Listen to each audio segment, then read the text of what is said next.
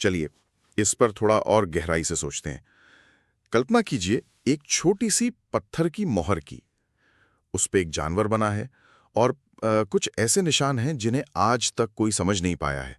ये हड़प्पा सभ्यता की शायद सबसे खास कलाकृति है और यही हमारा सबसे बड़ा सुराग भी है। बिल्कुल, ये मोहर ना एक तरह से एक बहुत बड़े सवालिया निशान की तरह है। ये निशान क्या कहते हैं, इन्हें किसने बनाया और किस लिए? इन सवालों के जवाब में ही एक पूरी महान सभ्यता की कहानी छिपी हुई है। तो आज हम इन्हीं ईंटों, मनकों और हड्डियों के जरिए हड़प्पा या कह लें सिंधु घाटी सभ्यता के राज खोलने की कोशिश करेंगे। आज हम पुरातत्वविदों के जासूस बनकर उन सुरागों को जोड़ेंगे, उन लोगों की दुनिया को समझने की कोशिश करेंगे जो वो लगभग 5000 साल पहले पीछे छोड़ गए। हाँ, और हमारे पड़ताल का मकसद सिर्फ ये जानना नहीं है कि हमें क्या-क्या मिला, बल्कि ये समझना है कि उन चीजों का मतलब क्या है। कैसे एक टूटे हुए बर्तन या एक तराशे हुए पत्थर से हम उनके जीवन, उनके समाज और यहाँ तक कि उनके विचारों के बारे में भी अंदाजा लगा सकते हैं। और कुछ राज तो शायद हमेशा राज ही रहेंगे। जो इस कहानी को और भी दिलचस्प बनाते हैं। तो ठीक है, हर जासूसी कहानी की तरह पहले घटनास्थल का जायजा लेते हैं। ये सभ्यता थी कहाँ और कब?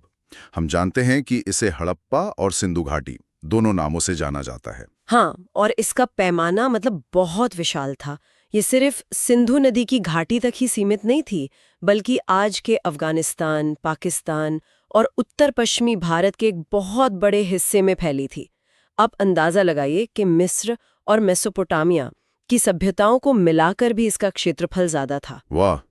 और समय के हिसाब से? समय के हिसाब से देखें तो इसका जो सबसे विकसित दौर था, जिसे हम परिपक्व हड़प्पा काल कहते हैं, वो था लगभग 2600 ईसा पूर्व से 1900 ईसा पूर्व के बीच। अच्छा, तो हमारा पहला बड़ा सुराग है उनके शहर। और जब हम मोहनजोदड़ो जैसे शहरों को देखते हैं तो किसी पुरानी बिखरी हुई बस्ती की तस्वीर नहीं दिखती, बल्कि ऐसा लगता है जैसे किसी आधुनिक आर्किटेक्ट ने इसका नक्शा बनाया हो। शहर साफ तौर पर दो हिस्सों में बंटा था, एक ऊंचा दुर्ग और एक बड़ा निचला शहर। और इस प्लानिंग का सबसे बुनियादी और हैरान करने वाला सबूत है उनकी ईंटें। ईंटें? मतलब सिर्फ ईंटों से इतना कुछ पता चल जाता है? हाँ बिल्कुल, चाहे धूप में सुखाई गई हो या भट्टी में पकाई गई हो, जम्मू से लेकर गुजरात तक हजारों किलोमीटर के दायरे में मिली हर ईंट का अनुपात एक ही था। लंबाई ऊंचाई से 4 गुना और चौड़ाई ऊंचाई से दुगनी। एक मिनट, मतलब ये तो आज के ISI मार्क या ISO सर्टिफिकेशन जैसा कुछ हो गया? क्या हम ये कह सकते हैं कि ये दुनिया का सबसे पुराना ब्यूरो ऑफ इंडियन स्टैंडर्ड्स था, जो पूरे साम्राज्य में क्वालिटी कंट्रोल कर रहा था? आप इसे बिल्कुल वैसे ही समझ सकती हैं। ये कोई संयोग नहीं हो सकता। ये एक बहुत ही मजबूत केंद्रीय व्यवस्था की ओर इशारा करता है। और ये अनुपात मतलब 4.2.1 बहुत सोच समझ कर चुना गया था। इससे मजबूत जुड़ाई करना आसान हो जाता था, चाहे आप दीवार सीधी बना रहे हो या कोने में। ये उनकी इंजीनियरिंग की कमाल की समझ को दिखाता है। मुझे जो बात सबसे ज्यादा हैरान करती है वो है उनकी जल निकासी प्रणाली। हम यहाँ विशाल इमारतों की बात नहीं कर रहे, बल्कि जमीन के नीचे बिछे नालियों की कर रहे हैं। सड़कें और गलियां एक दूसरे को समकोण पर काटती थीं, एक ग्रिड की तरह, और ऐसा लगता है कि उन्होंने पहले नालियों वाली गलियां बनाई और फिर उनके किनारे घर बनाए। ये दिखाता है कि उनके लिए सिर्फ दिखावा नहीं, बल्कि स्वास्थ्य और सफाई कितनी जरूरी थी। बिल्कुल सही। और ये व्यवस्था सिर्फ सड़कों तक ही सीमित नहीं थी। हर घर में ईंटों से बना अपना बाथरूम था। हर घर में? हाँ, हर घर में। इन बाथरूम की नालियां दीवार के जरिए सड़क की मुख्य नालियों से जुड़ती थीं और इन मुख्य नालियों को ढकने के लिए ईंटें या पत्थर लगे होते थे, जिन्हें सफाई के लिए हटाया भी जा सकता था। ये उस जमाने के लिहाज से एक अविश्वसनीय उपलब्धि थी। और घरों के अंदर भी निजता का पूरा ध्यान रखा गया था। मतलब जमीनी मंजिल की दीवारों में सड़क की तरफ कोई खिड़की नहीं होती थी, ताकि बाहर से कोई अंदर ना झांक सके। और ज्यादातर घरों के बीच में एक आंगन होता था, जहां शायद दिन भर के काम होते होंगे। और पानी, मुझे बताया गया है कि अकेले मोहनजोदड़ो में लगभग 700 कुएं होने का अनुमान है। हाँ, 700। ये आंकड़ा स्टुपेंडस है। 700 कुएं? ये तो अविश्वसनीय है। मतलब हर दूसरे तीसरे घर का अपना निजी पानी का स्रोत था। आज भी भारत के कई शहरों में 24 घंटे पानी की सप्लाई एक सपना है और वे लोग 5000 साल पहले ये कर चुके थे। ये सिर्फ प्लानिंग नहीं, ये तो जीवन स्तर की बात है। और जब हम दुर्ग वाले ऊंचे हिस्से को देखते हैं तो वहां हमें कुछ खास इमारतें मिलती हैं जो शायद सार्वजनिक इस्तेमाल के लिए थीं, जैसे बड़े बड़े गोदाम जिन्हें हम अन्नागार कहते हैं, और सबसे मशहूर विशाल स्नानागार। अच्छा, वो विशाल स्नानागार। हाँ, ये एक बड़ा आयताकार जलाशय था जिसमें उतरने के लिए सीढ़ियां थीं और इसके किनारों को जिप्सम के गारे से सील किया गया था ताकि पानी जरा भी लीक ना हो। इसकी बनावट देखकर लगता है कि ये कोई आम स्विमिंग पूल तो नहीं रहा होगा। इसका क्या मकसद हो सकता है? इसका दुर्ग में होना और इसकी खास बनावट को देखकर ज्यादातर विद्वान यही मानते हैं कि इसका इस्तेमाल किसी विशेष धार्मिक या सामाजिक अनुष्ठान के लिए होता होगा, जिसमें शायद सामूहिक स्नान एक अहम हिस्सा रहा होगा। ये जबरदस्त शहरी पारिंग देखकर लगता है कि सब कुछ कितना व्यवस्थित और शायद बराबर भी था। लेकिन क्या सच में ऐसा था? क्या दुर्ग में रहने वाले और निचले शहर में रहने वाले लोगों का जीवन एक जैसा था? इस सवाल का जवाब हमें अक्सर उन जगहों पर मिलता है जहां लोग नहीं बल्कि उनकी यादें रहती हैं, मतलब उनकी कब्रों में। ये बहुत दिलचस्प सवाल है। पुरातत्वविद सामाजिक भिन्नताओं को समझने के लिए दो चीजों पर ध्यान देते हैं, एक तो दफनाने के तरीके और दूसरा रोजमर्रा के इस्तेमाल की चीजें। हड़प्पा की कब्रें आमतौर पर बहुत साधारण होती थीं। मृतकों को गड्ढों में दफनाया जाता था। कुछ कब्रों में मिट्टी के बर्तन और कुछ गहने मिले हैं जो शायद मृत्यु के बाद जीवन में किसी तरह के विश्वास का संकेत देते हैं। लेकिन मिस्र के पिरामिडों जैसा कुछ नहीं, जहां राजाओं के साथ सोना, चांदी और बेशकीमती खजाना दफनाया जाता था? बिल्कुल नहीं।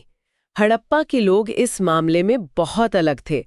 वो मृतकों के साथ कीमती चीजें दफनाने में विश्वास नहीं करते थे। हालांकि हमें कुछ अपवाद मिले हैं, जैसे एक पुरुष कंकाल के पास से 3 शंख के छल्ले और जैस्पर के मनके मिले। कहीं कहीं तांबे के आईने भी मिले। लेकिन कुल मिलाकर उनकी कब्रों से अमीरी का वैसा प्रदर्शन नहीं दिखता। तो फिर अमीरी और गरीबी का फर्क कैसे पता चलता है? इसका दूसरा सुराग मिलता है कलाकृतियों से। हम इन्हें 2 हिस्सों में बांट सकते हैं, उपयोगी और विलासिता की वस्तुएं। उपयोगी चीजें जैसे पत्थर की चक्कियां, मिट्टी के बर्तन, सुइयां, ये तो लगभग हर जगह मिलती हैं। लेकिन विलासिता की चीजें जो दुर्लभ या महंगी चीजों से बनी हों, उनकी कहानी अलग है। जैसे कि?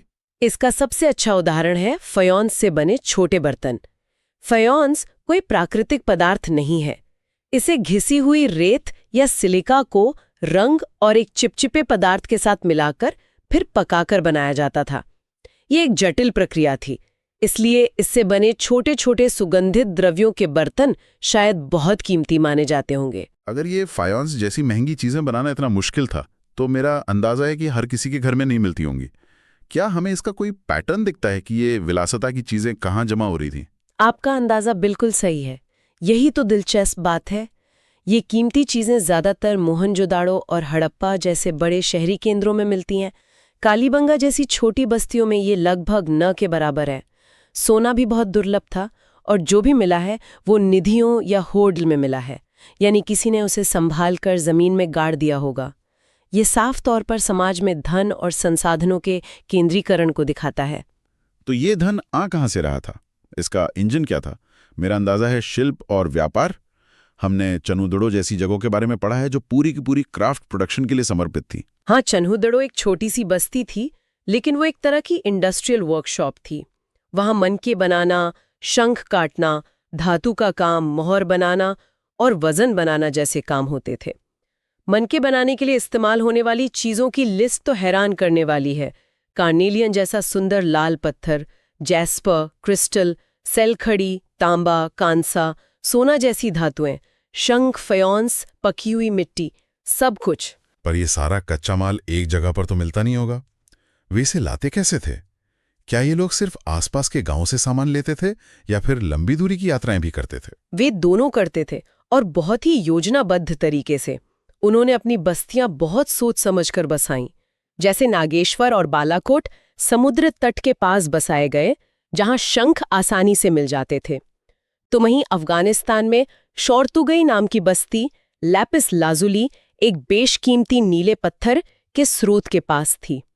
वे तांबे के लिए राजस्थान के खेतड़ी इलाके और सोने के लिए दक्षिण भारत में बाकायदा अभियान भेजते थे। अच्छा, मतलब बाकायदा अभियान भेजे जाते थे। हाँ, और वहाँ की स्थानीय समुदायों से संपर्क स्थापित करते थे। और ये व्यापार सिर्फ भारतीय उपमहाद्वीप तक ही सीमित नहीं था, इसके तार तो मेसोपोटामिया तक जुड़े थे। हाँ, और इसके ठोस सबूत हैं। ओमान से मिले तांबे और हड़प्पा की कलाकृतियों में निकल के अंश मिले हैं, जो बताते हैं कि दोनों का स्रोत एक ही था। हमें ओमान में एक बड़ा हड़प्पाई मर्तबान भी मिला है, जिस पर काली मिट्टी की मोटी परत चढ़ी है, शायद तरल चीजों को एक जगह से दूसरी जगह ले जाने के लिए। और मेसोपोटामिया के ग्रंथों में भी इसका जिक्र है ना? मेलुहा नाम की जगह का। बिल्कुल, मेसोपोटामिया के ग्रंथ दिलमुन, मगन और मेलुहा से व्यापार की बात करते हैं। ज्यादातर विद्वान मानते हैं कि मेलुहा हड़प्पा क्षेत्र ही था। उन ग्रंथों में मेलुहा से आने वाले उत्पादों की सूची भी है। कार्नेलियन, लैपिस लजूली, तांबा, सोना और कई तरह की लकड़ियां। वो मेलुहा को नाविकों का देश कहते हैं, जिससे पता चलता है कि यह व्यापार समुद्र के रास्ते होता था। हमें हड़प्पा की मोहरों पर जहाजों और नाव के चित्र भी मिलते हैं।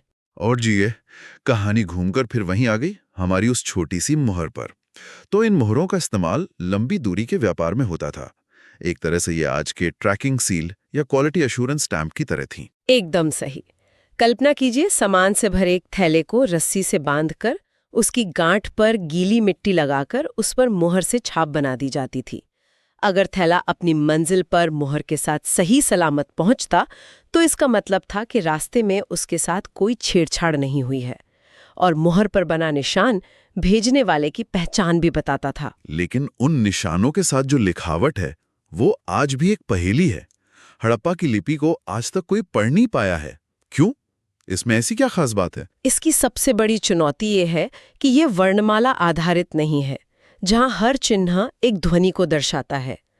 इसमें बहुत ज्यादा चिन्ह हैं, लगभग 350 से 400 के बीच, और जो भी लिखावट मिली है वो बहुत छोटी है।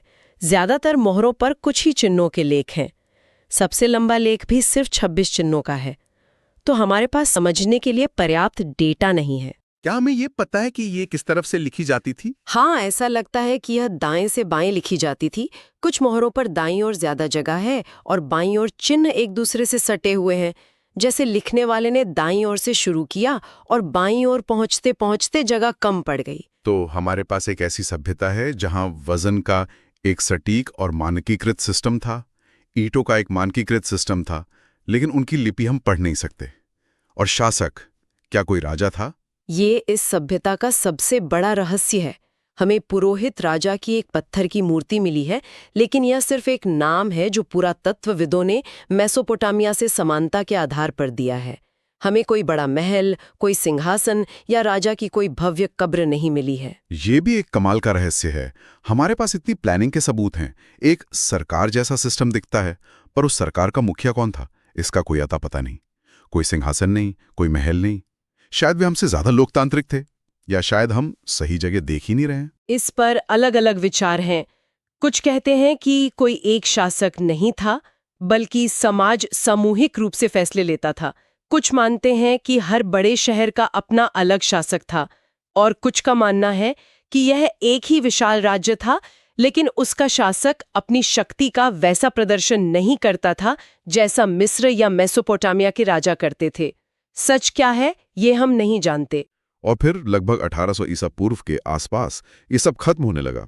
शहर वीरान होने लगे, व्यापार ठप हो गया, इस महान सभ्यता का अंत हो गया। हाँ, परिपक्व हड़प्पा स्थलों पर जीवन समाप्त हो गया। वजन, मोहरें, विशेष मनके जैसी विशिष्ट चीजें बननी बंद हो गईं। लेखन का इस्तेमाल खत्म हो गया। लोग पूर्व और दक्षिण की ओर नई बस्तियों में जाकर बसने लगे, लेकिन शहरी जीवन की विशेषताएं गायब हो चुकी थीं। इसके पीछे क्या कारण थे? जलवायु परिवर्तन, बाढ़, किसी ने हमला किया? कई सिद्धांत दिए गए हैं।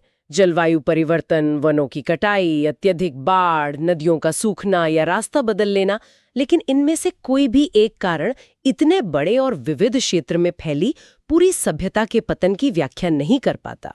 लेकिन जलवायु परिवर्तन आज भी एक बहुत बड़ा मुद्दा है।